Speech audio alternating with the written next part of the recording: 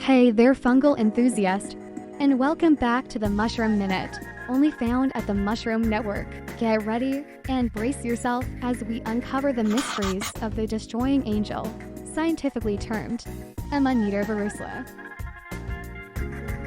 Much like its cousin known as the death cap, the destroying angel is highly toxic.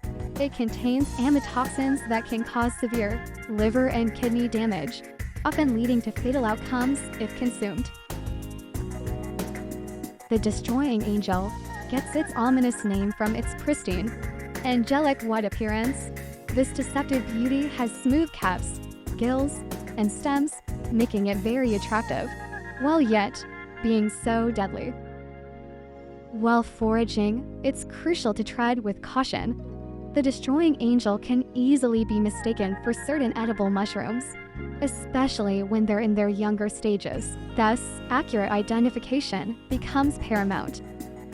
The realm of fungi holds both wonders and warnings. To delve deeper into this intricate world, check out the Mushroom Network's marketplace or take a free or paid-for Mycology course at the Mushroom Academy. And for continuous fungal fascination, don't miss out on subscribing to the Mushroom Network.